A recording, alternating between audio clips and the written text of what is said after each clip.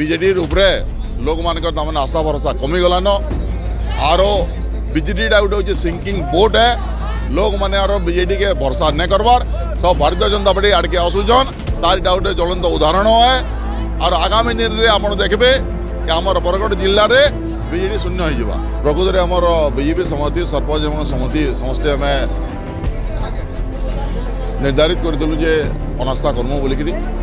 कहीं आमर बहुत भ्रष्टाचार चलती मनमुखी शासन चलता आमर ब्लॉक चेयरमैन और सबकंठ थाने आम आवेदन कलु अनास्था प्रस्ताव कर आज डेट धार्य होता आज आमर भारतीय जनता पार्टी सपक्ष जेन मैंने थे भारतीय जनता पार्टी समर्थित सरपंच और समस्या आज उपस्थित देखिए अनास्था प्रस्ताव ग्रहण कले अनास्था प्रस्ताव ग्रहण है पारित है एवं आमर जेन चेयरमैन जेन थे आज शेष दिन बोलिक धरा बीजेडी एटे खत्म दिनू दिन के बीजेडी तमने ग्राफ बोर्ड तल के डाउन होचे बीजेपी बीजेडी उपरे लोक मानकर तमने आस्था भरोसा कमीगलान आरो बीजेडीटा गोटे सिंकिंग बोट है